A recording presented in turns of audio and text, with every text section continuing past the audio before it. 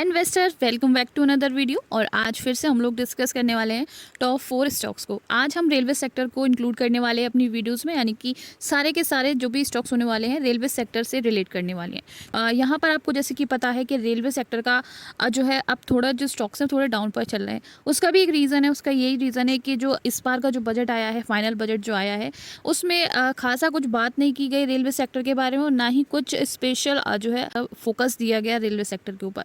लेकिन फिर भी यहाँ पर कुछ ऐसे स्टॉक्स हैं जो इस समय भी एफआईएस और डीआईएस की होल्डिंग्स को इंक्रीज कर रहे हैं। उनके जो फंडामेंटल्स है वो बहुत क्वालिटी के आए हैं और उनमें लॉन्ग टर्म पोटेंशियल है कि लॉन्ग टर्म तक जैसे हमेशा रेलवे सेक्टर से हमें उम्मीद रहती है लॉन्ग टर्म में अच्छे रिटर्न की, वैसे ये चारों के चारों स्टॉक्स आपको रिटर्न प्रोवाइड करवा सकते हैं। आपको पता होगा रेलवे सेक्टर एक बहुत बड़ा नेटवर्क है इंडिया के अंदर और रेलवे सेक्टर में हर कोई ट्रैवल करता है। और रेलवे सेक्टर की मैं बात करूँ तो लगभग आप देख सकते हैं यहाँ पर 24 मिलियन पैसेंजर डेली ट्रैवल करते हैं। तो उनकी सुख सुविधा के लिए सारी चीज़ों को मेंटेन करना, यानी कि लगातार कंसिस्टेंटली मेंटेन करना बहुत ज़रूरी है। तो यहाँ पर कुछ कंपनीज ऐसी हैं जो इन पर काम करती हैं, कंसिस्टेंटली काम करती हैं। और अगर इनमें हम लोग फोकस करते हैं, यानी कि अगर इन कंपनीज में हम फोकस करते हैं, क्योंकि उनका बिजनेस जो है वो एवरग्रीन है, क्योंकि रेलवे सेक्टर कंटिन्यूसली चलता रहेगा और इनका बिजनेस एवरग्रीन होने की वजह से यहाँ पर इन कंपनीज में बहुत ही ज़्यादा लंबे समय में प्रॉफिट आपको देखने को मिल सकता है। तो यहाँ पर ऐसे टॉप 4 स्टॉक्स हम लोग डिस्कस करेंगे। और अगर मैं बात करूँ और चीज़ों की, जैसे कि लार्जेस्ट रेलवे का सिस्टम है वर्ल्ड के अंदर, सिंगल मैनेजमेंट में चलने वाला, वो हमारे इंडिया का है। और बात करें यहाँ पर कितनी ज़्यादा ट्रेन है तो आप देख सकते हैं 22,593 ट्रेन अभी तक अवेलेबल हैं, जिसमें 24 मिलियन पैसेंजर डेली ट्रैवल करते हैं। और उसके अलावा बात करें इसकी, यानी कि रेलवे सेक्टर की बात करें तो ये प्रॉफिटेबल अपॉर्चुनिटीज़ है बायर के लिए who want to long term growth and stable return, यानी कि जो लोग लॉन्ग टर्म ग्रोथ के साथ साथ स्टेबल रिटर्न चाहते हैं वो रेलवे सेक्टर पर जो है फोकस कर सकते हैं। अब हम फर्स्ट स्टॉक की तरफ चल लेते हैं रेलवे सेक्टर के। उससे पहले एक छोटा सा डिस्क्लेमर, ये कोई बाय सेल रिकमेंडेशन नहीं है, सिर्फ एजुकेशन पर्पस के लिए बनाई गई वीडियो है।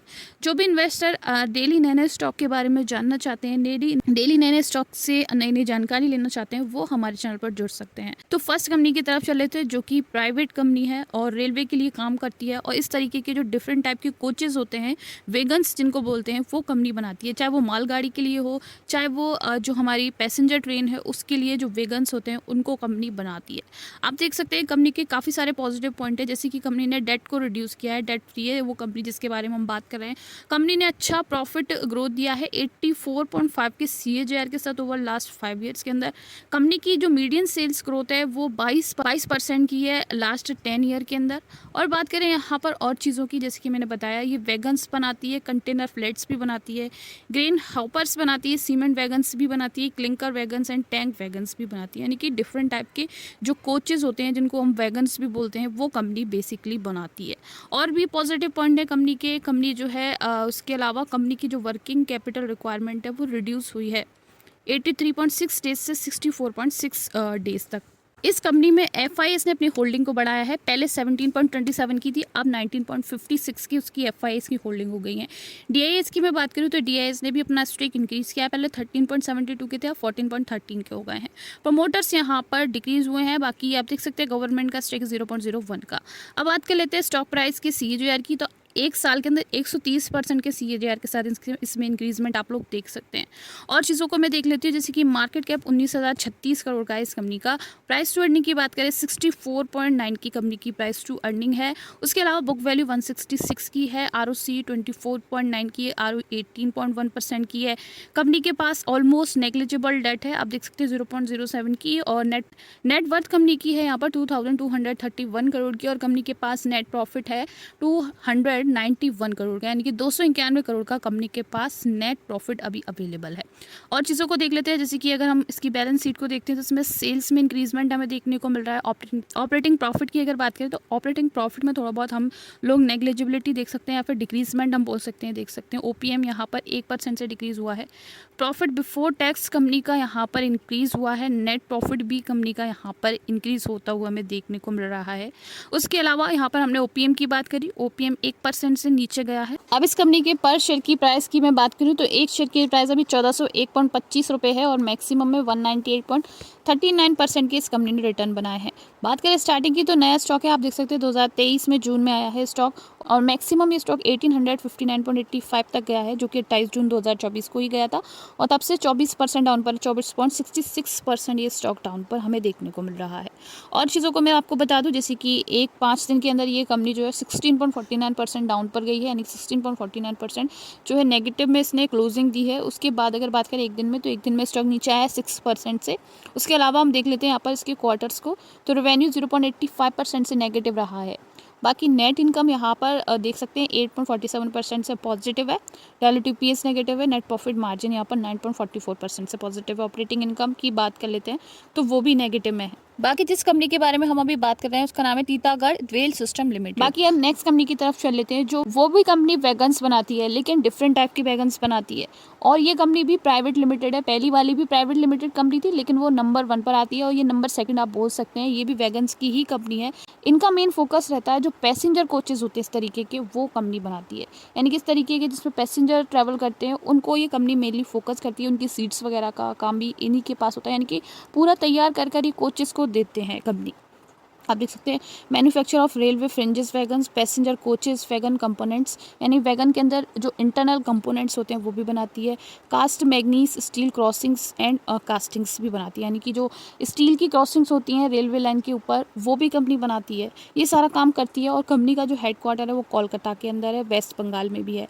The company manufacture coaches for Indian railway and many other private companies हैं। बाकी पॉजिटिव पॉइंट्स की बात करें, कंपनी का क्वार्टर बहुत अच्छा आया है। कंपनी ने डिलीवर किया है 80.1 CAGR के साथ good profit over last 5 years के अंदर।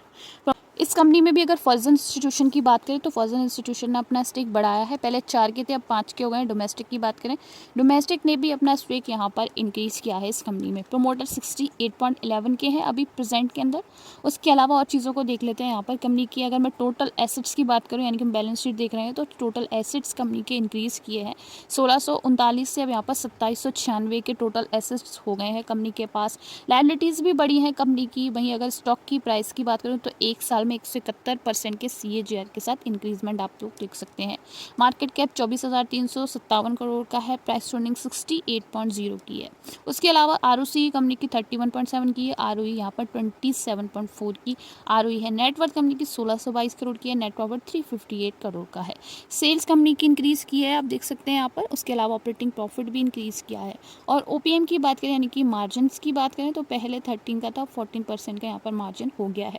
अब हम कंपनी के चार्ट पैटर्न को देख लेते हैं, किस तरीके के रिटर्न अभी तक कंपनी दे चुकी है। तो मैक्सिमम की बात करें तो इस कंपनी ने मैक्सिमम में अभी तक 978.04% के रिटर्न प्रोवाइड करवा दिए हैं। बात कर लेते हैं इसकी स्टार्टिंग की, तो स्टार्टिंग में स्टॉक 2022 में 53 रुपीज़ पर ट्रैवल कर रहा था, यानी कि 53 रुपीज़ से स्टार्टिंग की है 24 जून 2022 को, और अभी आप देख सकते हैं 571 पर अभी ट्रैवल कर रहा है।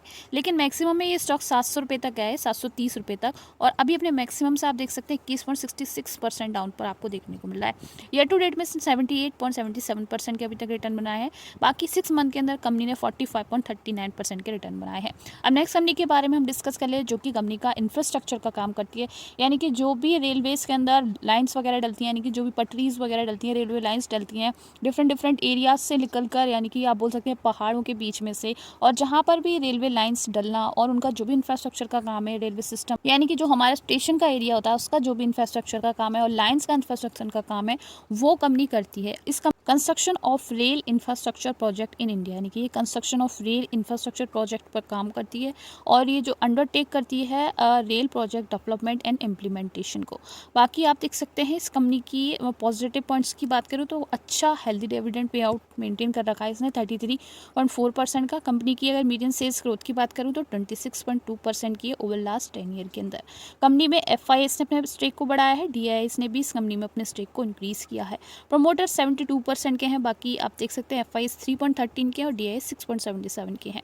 कंपनी की लायबिलिटीज़ बढ़ गई हैं इस कंपनी के अंदर अगर हम बात करें। बाकी सो आप देखेंगे यहाँ पर कंपनी की स्टॉक प्राइस की CAGR की बात करूँ कितने CAGR के साथ इंक्रीज़ किया है, तो आप देख सकते हैं एक साल के अंदर 349% के CAGR के साथ इंक्रीज़ की है। सेल्स बड़ी है, आप देख सकते हैं 20,000 से 21,000 की सेल्स हो गई है। ऑपरेटिंग प्रॉफिट यहाँ पर बड़ा है, 1300 का हो गया है, पहले 1200 का था। उसके अलावा और चीज़ों को मैं बता दूँ, जैसे कि प्रॉफिट बिफोर टैक्स भी इंक्रीज़ हुआ है और नेट प्रॉफिट भी कंपनी का आप देख सकते हैं बड़ा है, यानी कि ओवरऑल काफ़ी सारी पॉजिटिविटीज़ कंपनी कंपनी में आप लोग देख सकते हैं। मार्केट कैप इसका 1,14,814 करोड़ का है। प्राइस टू अर्निंग्स की 78.5 की है। कंपनी के पास डेट है 0.77 करोड़ की। उसके अलावा नेट वर्थ है कंपनी की 7,867 करोड़ की। नेट प्रॉफिट है 1,463 करोड़ का। बात कर लेते हैं पर शेयर की प्राइस की 550 की है और एक दिन में 6% नीचे आ चुका है ये स्टॉक। उसके अलावा मैक्सिमम में 2,688.84% के रिटर्न कंपनी बना चुकी है अभी तक। आप देख सकते हैं स्टार्टिंग 2019 में ये 19 रुपीज़ से स्टार्टिंग की थी इस स्टॉक ने, और अभी ये स्टॉक जो है 550 पर ट्रैवल कर रहा है और अपने जो मैक्सिमम है यानी कि मैक्सिमम 626 का रहा है इसका, जो कि 12 जुलाई 2024 को लगाया था, उससे लगभग 12% डाउन पर ये स्टॉक आ चुका है। उसके अलावा बात करें कंपनी के क्वार्टर्स की तो रेवेन्यू 17% से पॉजिटिव रहा है, नेट इनकम 33% से, डायलूटेड ईपीएस 33% से, नेट प्रॉफिट मार्जिन 13% से और ऑपरेटिंग इनकम यहाँ पर लगभग 22% से बढ़ी है। अब ये सारी चीज़ें जानने के बाद आपको नाम भी जानना होगा इस स्टॉक का, तो इसका नाम है RVNL यानी कि रेल विकास निगम लिमिटेड इस स्टॉक का नाम है। अब हम लास्ट स्टॉक की तरफ चल लेते हैं, जो कि रेलवे के अंदर जितने भी प्रोजेक्ट होते हैं उनको फाइनेंशियल सर्विसेज प्रोवाइड करवाता है, फंड्स प्रोवाइड करवाता है एक तरीके से। और आप देख सकते हैं जितने भी NBFC कंपनी हम इसको बोल सकते हैं, यानी कि नॉन बैंकिंग फाइनेंशियल कॉर्पोरेशन या फिर कंपनी बोल सकते हैं, जो कि रेलवे के सारे प्रोजेक्ट को आउटसोर्सिंग करती है, यानी कि ऐसे मतलब बोल सकते हैं सारी चीज़ों को फंड प्रोवाइड करवाती है, वो कंपनी है जिसके बारे में अभी हम लोग डिस्कस करने वाले हैं।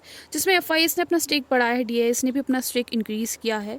बाकी और चीज़ों को हम लोग देख लेते हैं। उसका मार्केट कैप सबसे ज़्यादा है, 2,34,551 करोड़ का है। प्राइस फंडिंग उसकी 36 की है। उसके अलावा आप देख सकते हैं डिविडेंड 0.84% का है। ROC 5.73 की है उस कंपनी की।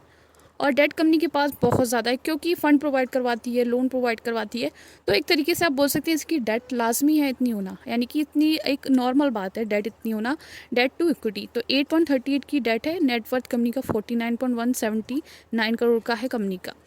बाकी सेल्स वगैरह की बात करें तो सेल्स डिक्रीज़ की है कंपनी की। ऑपरेटिंग प्रॉफिट भी थोड़ा बहुत डिक्रीज़ किया है कंपनी का।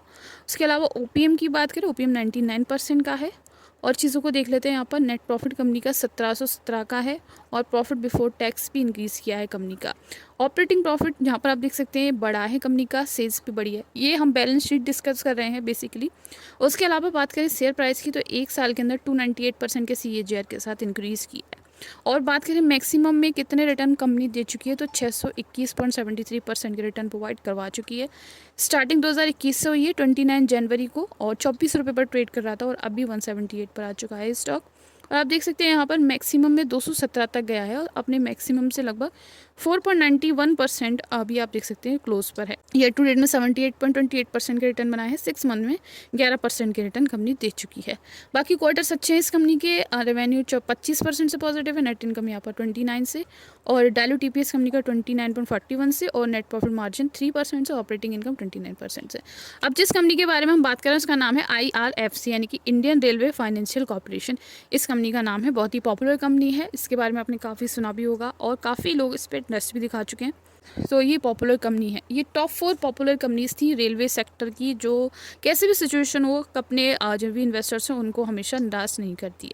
तो thank you so much for watching. ऐसी वीडियोज़ के लिए हमारे चैनल को भी सब्सक्राइब करें। मिलते हैं नेक्स्ट वीडियो में।